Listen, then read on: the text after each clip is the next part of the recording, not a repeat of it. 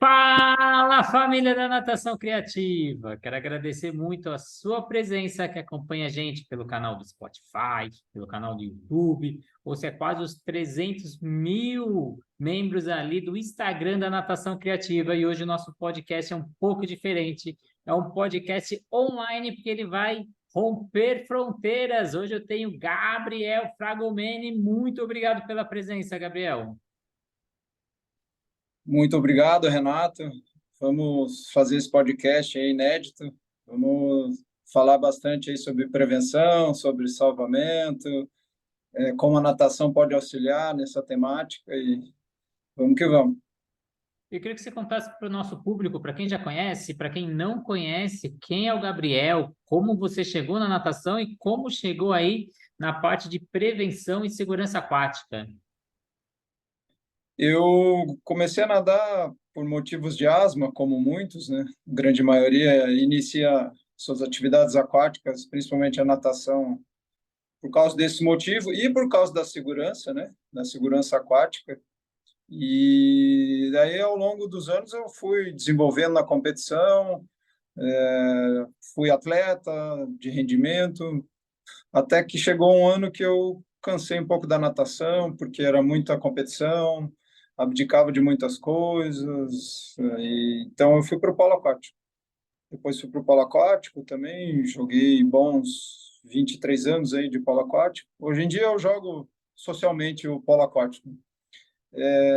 A parte de salvamento, de segurança aquática, eu comecei a vislumbrar quando tinha já uma certa idade, né? Eu entrei no concurso de guarda-vidas aqui do Paraná, quando eu já tinha 43 anos. Já estou me entregando aqui. E o edital só permitia 40 anos, né? Aí eu fiquei esperando. Foi influência de uma amiga minha da praia de Guaratuba, no litoral do Paraná. Uma amiga minha que é guarda-vidas falou: Não, você pode fazer, você já nada tão bem, você já tem toda a habilidade, tem todo o conhecimento.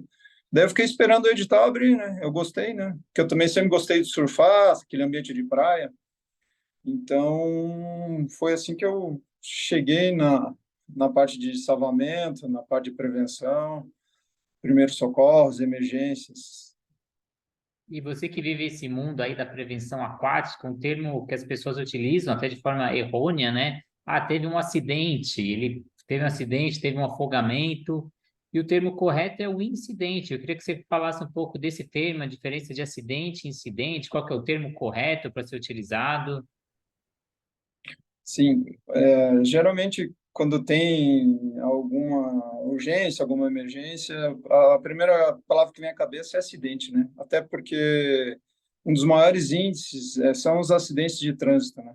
A não ser o afogamento, que na idade de 1 a 4 anos é a maior causa de morte em crianças nessa idade, né? Nessa faixa etária. Mas o afogamento ele é um incidente, Renato, porque ele pode ser previsto, né? Por isso que ele diferencia de acidente. É algo que você pode evitar com a prevenção, né? A prevenção é a melhor solução. Então, por isso que é chamado de incidente. Incidente no meio líquido, inclusive quando a gente preenche relatórios, né, de afogamentos, tem o relatório se chama incidente em meio líquido. É, Gabriel, e até muita gente ainda não conhece ou conhece pouco sobre o tamanho do problema do afogamento, não só no Brasil, mas no mundo. Eu queria que você falasse um pouco qual o tamanho, quais são as dificuldades da gente conseguir prever esses incidentes. Certo. Bom, o afogamento ele não escolhe idade, não escolhe gênero, não escolhe raça. É uma patologia mundial, né? Então, é a terceira causa de morte acidental entre crianças e adolescentes em todo mundo, né? Mais de 500 mil pessoas morrem afogadas em todo mundo, por ano. Então, né, meio milhão de pessoas no mundo inteiro estão se afogando. Só no Brasil, a cada 1 hora e meia, infelizmente, nós temos um óbito por afogamento, né?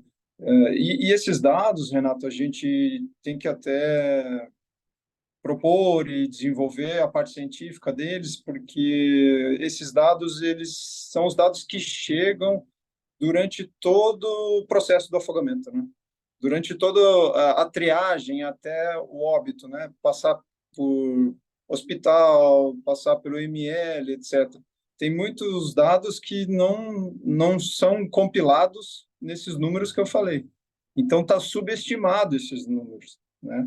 A gente sabe que o tamanho do problema é enorme, né? E também custa horrores para os cofres públicos, a questão de saúde pública, né? O afogamento.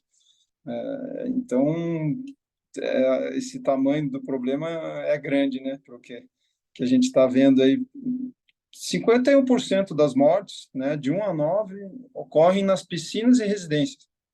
Então, da metade dos afogamentos acontecem nas próprias casas e residências, né? E 49% dos óbitos nas piscinas são nas residências. Então, o problema pode estar começa dentro de casa, né? E como você falou aí dos gastos, né? Se a gente cada óbito por afogamento custa 210 mil ao Brasil, então é um custo muito elevado. Então a gente sempre fala que prevenir é melhor, é a melhor situação. E quais são as 5 atitudes básicas para evitar mais de 95% dos casos do afogamento? Perfeito, Renato. A sua complementação coube bem aqui na minha fala, porque a prevenção também é uma palavra muito de diferentes interpretações e de muito uso em diferentes situações. Essa situação que você falou de questão de saúde pública, dos gastos, complementou bem.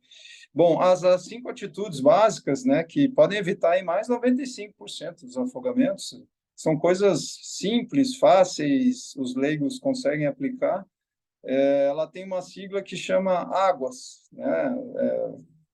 Foi concebido pela Sobrasa, pela Sociedade Brasileira de Salvamento Aquático, e é o que é mais difundido hoje no Brasil, o que é mais conhecido e acessível. Então, a gente divulga bem essas 5 noções básicas aí, né, atitudes que tem que ter. O primeiro A se chama atenção. Atenção 100% no seu filho, nos seus familiares, se você está responsável por uma criança. A supervisão, ela está acima de tudo, né? Nada está acima da supervisão de um adulto, né, que está ali presente, não está com outras distrações, celulares, porque o afogamento é muito rápido, né? Em apenas 30 segundos pode causar sequelas graves, né, em crianças, principalmente. A segunda sigla é o G, né? A gente está com o Águas aí, então a segunda sigla do Águas é o G, que é você procurar locais com guarda-vidas, né? O Brasil tem todos esses números alarmantes, impressionantes, porque os guarda-vidas não conseguem cobrir toda a área, né, vasta do nosso litoral, aí, áreas muito remotas também, né, rios, lagos, etc. É humanamente impossível ter guarda-vida presente nos locais mais distantes, mais remotos, enfim. Então, sempre procurar um local com guarda-vidas, seja em piscina, seja em praia, ficar por perto do guarda-vidas, pedir informação, aquele que tem todo o expertise, né, todo o treinamento, a certificação para ter um momento seguro. Depois vem a urgência. A urgência é você saber como agir, né? Como reconhecer um afogado, por exemplo, o que fazer, né? Você está numa situação de urgência. Então, você tem que saber para quem ligar, como retirar a vítima da água, se é que você tem que retirar, né? Se você tem esse conhecimento, essa habilidade, claro que depende de cada situação, né? No desespero a pessoa vai, mas geralmente vira a segunda vítima, principalmente nos mares, em águas abertas. Então, a primeira orientação é jogar algum material flutuante, seja uma boia, seja uma garrafa PET, que você acha ali, um pedaço de isopor, por aí vai. O segundo A é o acesso. o acesso à piscina, né, a gente está falando de piscina agora, tem que ser restrito. O ideal é que tenha cercas, né? Tem cercas homologadas hoje, tem empresas que vendem essas cercas, que elas são barreiras, né, ao redor da piscina, porque a gente sabe a curiosidade, né, das crianças, você também trabalha com esse público, por exemplo, deixar materiais e brinquedos espalhados ao redor da piscina, ou dentro, né, no recinto da piscina ali, se tiver qualquer atrativo para a criança, ela vai querer ir lá explorar, né, esse material, aquela parte lúdica da criança, e pode acabar caindo na piscina.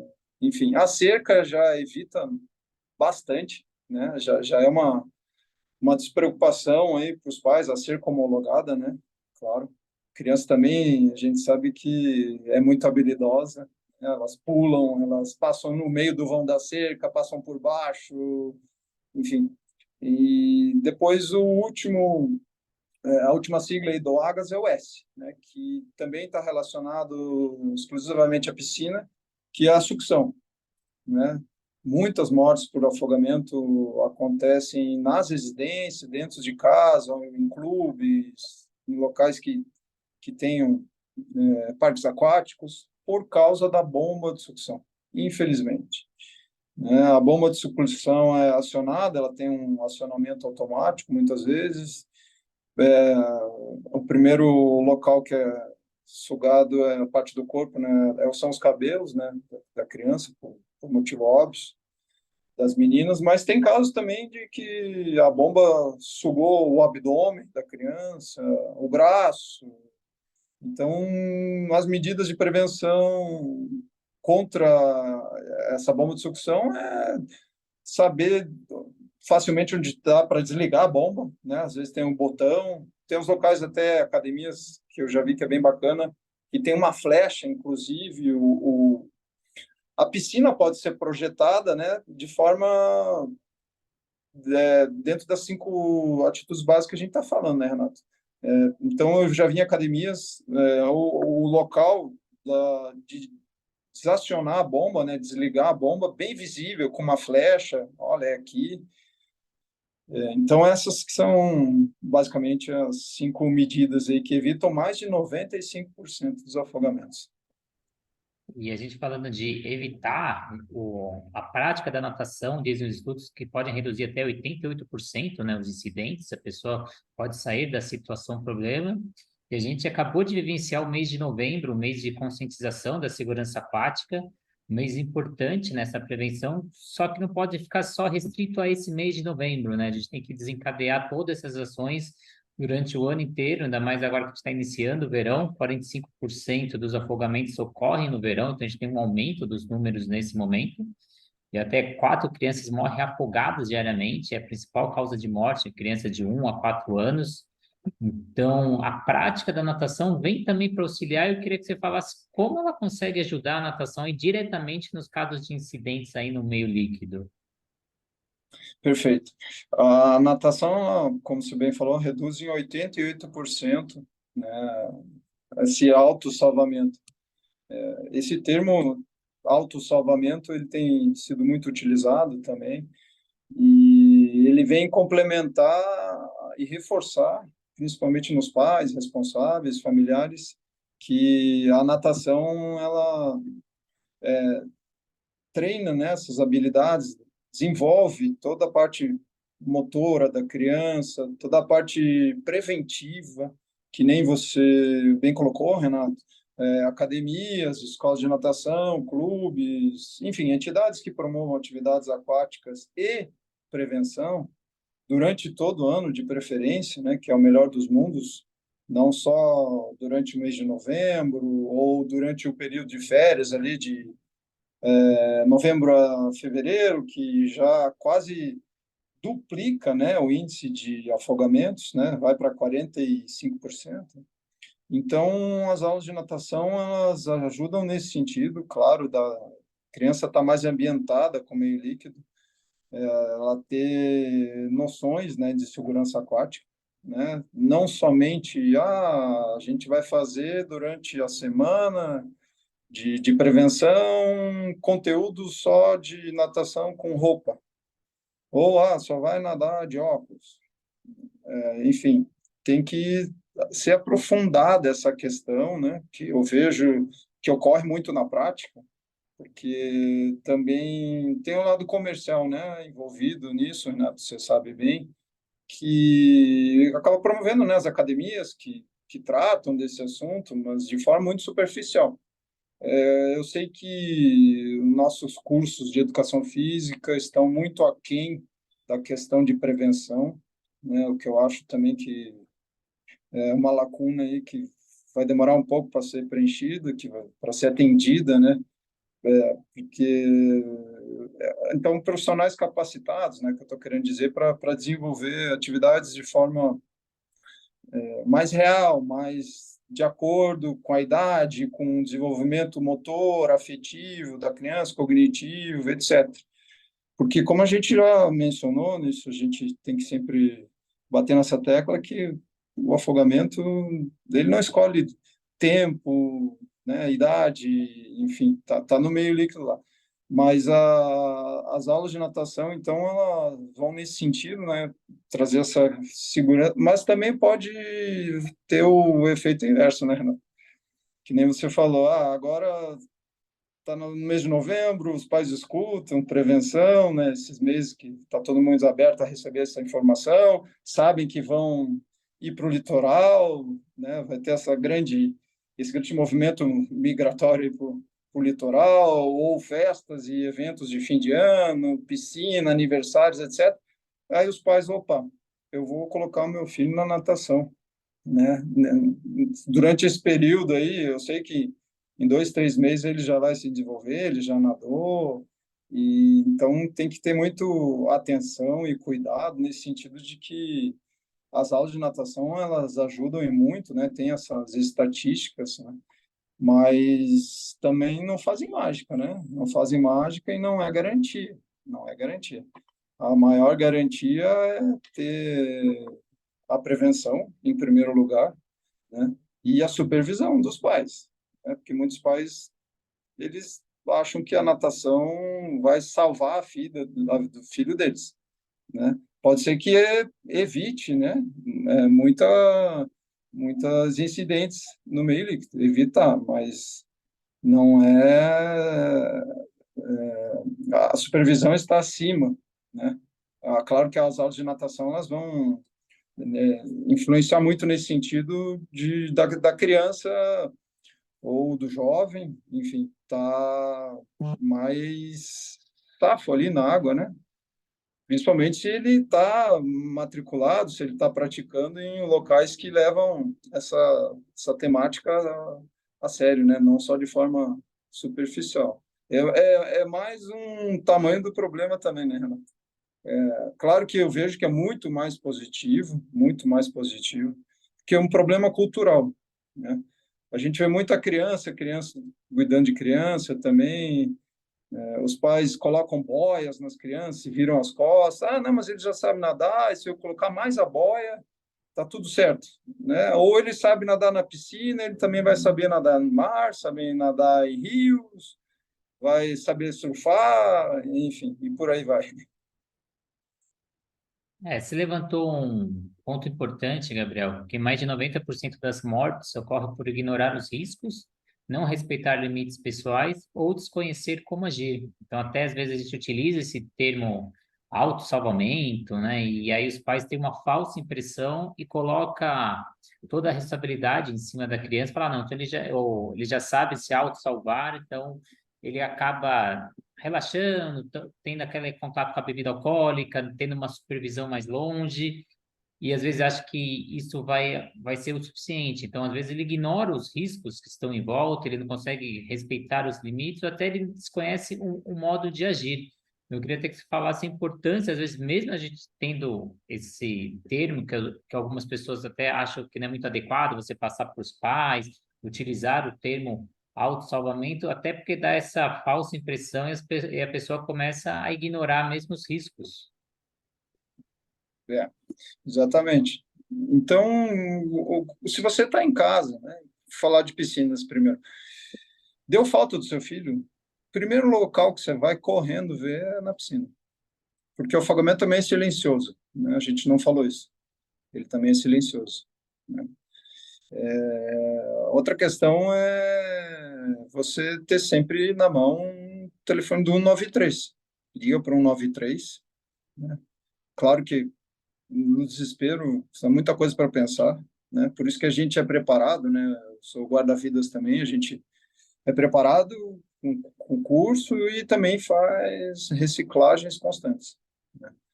Então, claro que você vai tirar a criança da água, né? Falando de crianças também, porque quando se trata de adulto, varia de ambiente para ambiente, né, Renato? Se a piscina é funda, se é rasa, como é que é o acesso para a piscina, enfim, é difícil, né, da gente dizer, não tem uma conduta padrão, né? Tem meios que a gente coloca em destaque para compartilhar essa informação.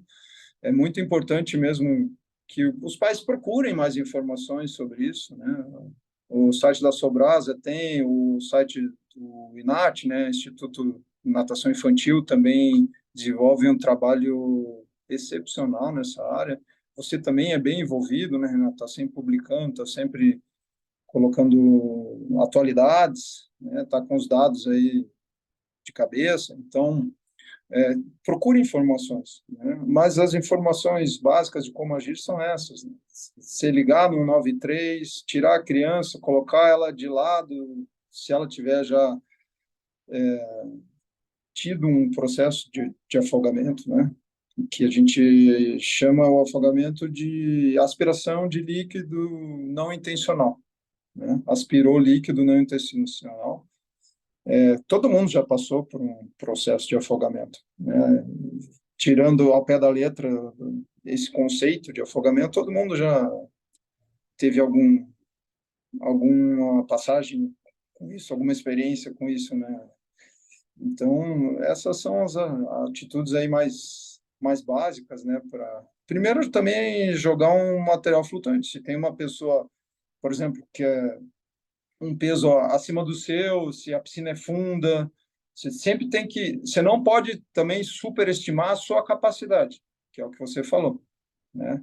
90% ocorre porque você está superestimando a sua capacidade de nadar, ou você está também sob efeitos de álcool, né, drogas, etc. Então, outra medida importante é ter um material flutuante e buscar essa, essa solução. Gabriel, considerando até o tempo de exposição, o afogamento ele tem 200 vezes mais risco de óbito do que acidentes de transportes de forma geral. Sim, E você deve ter muita experiência. Eu queria saber se vocês, como que a gente consegue reconhecer um afogamento em andamento e como agir se encontrar uma pessoa aí que você falou tendo essa aspiração de líquido involuntária, como eu reconheço se é um afogamento, se não é e como eu devo agir? perfeito. Tem essa grande exposição, né, ao risco, tá ali pau a pau com o trânsito, né, com o trânsito, com os acidentes de trânsito, e principalmente a pessoa que está tentando ficar na vertical, né, a pessoa não tem habilidade no meio líquido, e está tentando subir e ela desce. Ela fica subindo e descendo, fica que nem um elevador ali, fica que nem um canguru pulando na água, né, se debatendo. Quem tem cabelo comprido, geralmente o cabelo vai estar no rosto, vai estar se debatendo na água na posição vertical. Esse é o jeito mais fácil, né? Claro, se a pessoa também acenar ou pedir, né, por socorro, mas muitas vezes a gente está longe, é difícil identificar. A gente que trabalha na praia tem dificuldade também, porque às vezes a gente vê de longe e a pessoa está só brincando, né? Mas na dúvida a gente sempre vai lá, já dá um apito, já faz uma prevenção, mas umas características marcantes da pessoa que está em processo de afogamento é tentar manter as vias aéreas para fora, né? Esse que é o esforço dela, e não consegue. Então, né, em função das propriedades aí do meio líquido, ela é colocada para baixo o tempo inteiro, não sabe flutuar, não fez o básico das aulas de natação, né? A forma mais fácil de você ficar flutuando é decúbito dorsal, né? Faz a posição lá da estrela para o céu, que a gente chama, né? Nós professores. Então, essa é a principal característica, né? De você reconhecer um afogado. Outra meio que a palavra prevenção entra bem agora, né? Outro momento que essa palavra de prevenção entra agora, porque a gente já manja, né, Renato? A gente fica lá no guarda-vidas olhando quem está entrando. Se a pessoa é muito branca, se a pessoa está entrando de calça jeans, de roupa, às vezes a pranchinha também mais atrapalha do que ajuda. E a prevenção, a gente já, opa, aqueles ali são potenciais para, né, entrar em processo de afogamento. Então, a gente já tem uma outra visão, um outro olhar. Mas, geralmente, o homem, né, o perfil do afogado é o homem com entre 24 e 49 anos, se não me engano, mas é o homem, né, que, por causa de superestimar sua capacidade na água, né? Muitas vezes o homem quer mostrar alguma coisa, né, e acaba escolhendo o meio errado para mostrar, né, o meio líquido.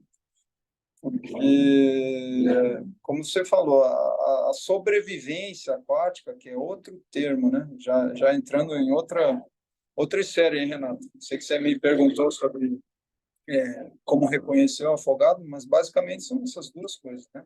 A pessoa que não consegue ficar flutuando, né? Faz aquele esforço danado para manter a viária para fora. E a segunda coisa é você já prever antes de entrar, né? A pessoa pelas suas características. Você tem que ter um certo distinção, nenhum julgamento. É claro que você também pode ouvir, a pessoa tem outros meios, né, de reconhecer o afogado, a pessoa está acenando. Então, são essas três questões. Mas, voltando à sobrevivência aquática, o ser humano não foi feito para sobreviver na água, né? A gente, ao longo da evolução, a gente é terrestre. Claro que lá nos primórdios, né, nas eras bem ancestrais, o homem utilizava a natação como meio de sobrevivência, como meio quer dizer que ele atravessava um rio para fugir de um animal, né, que queria matar ele. Não é que ele tem uma sobrevivência aquática, como tem golfinhos, tartarugas, animais marinhos em geral, né?